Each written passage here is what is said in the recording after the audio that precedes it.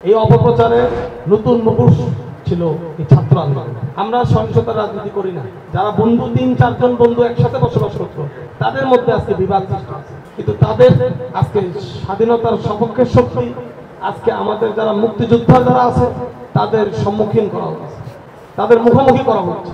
এরা যে ষড়যন্ত্রকারীরা আছে তারা দেশের মধ্যে অনর্জকতা ছড়াইতে চায়, তারা সেই সময়গুলোই বেছে নেয় অপপ্রচার। এই অপপ্রচারে নতুন মুখোশ ছিল এই ছাত্র আন্দোলন।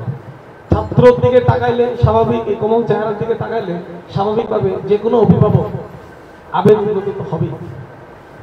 তাদের দাবি দেওয়ার কথা ছিল হাইকোর্টের কিন্তু হাইকোর্টের জিনিসটা আজকে রাজপথে নিয়ে আসে একটা অপপ্রচার। যেভাবে আপনি যে কোনো সময় ফেসবুক খুললেই কিন্তু দেখবেন সরকার বিরোধী কিন্তু অপপ্রচার চলতেছে।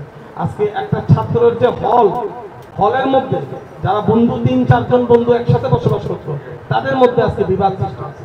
এই হলের থেকে আজকে প্রত্যেকটা পরিবারের মধ্যে কথা বাক বিতণ্ড কিন্তু হচ্ছে।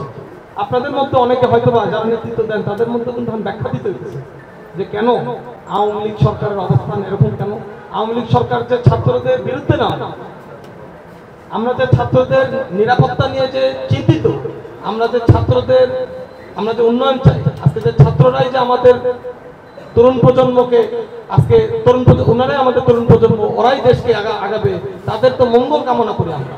কিন্তু তাদের আজকে স্বাধীনতার সপক্ষের শক্তি আজকে আমাদের যারা মুক্তিযোদ্ধা যারা আছে তাদের সম্মুখীন করা হচ্ছে, তাদের মুখোমুখি করা হচ্ছে।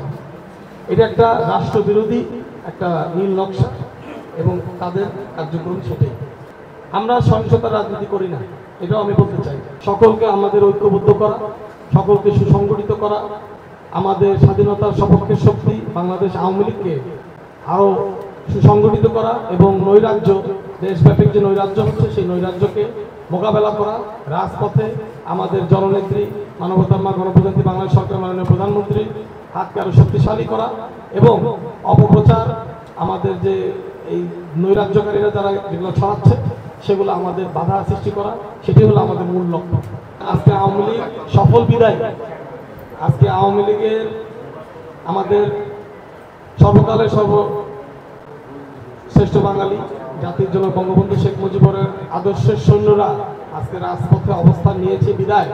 আমি মনে করি যে আমাদের ঢাকা ৭ আসনে কোতোয়ালি, বংশাল, লালবাগ, চকবাজার সকল যারা নেতৃবৃন্দ যারা দুর্দিনে আওয়ামী লীগের রাজপথে অবস্থান নিয়েছিল এবং নেতৃত্ব দিয়েছিল, তাদের সকলের সুসংগঠিত হওয়ার ফলেই আমি মনে করি যে আমরা সেই স্বাধীনতা বিরোধী শক্তিকে, সেই জামাত, শিবির, বিএনপিকে আমরা রাজপথে অবস্থান নিতে দেইনি এবং আমাদের এই ছাত্রদের ভুলভাবে প্রভাবিত করে এই আন্দোলনের মধ্যে ওনারা অবস্থান নেননি। এখন এই আন্দোলন এক সময় ছিল ছাত্রদের যে দাবি ছিল সেই দাবিগুলো সরকার মেনে নিয়েছে। এখন যে ধরনের বক্তব্য আমরা শুনছি গণমাধ্যমে, এই বক্তব্যের দ্বারা আমার কাছে সুস্পষ্ট যে এটার মূল ইন্ধনকারী হলো বিএনপি, জামাত।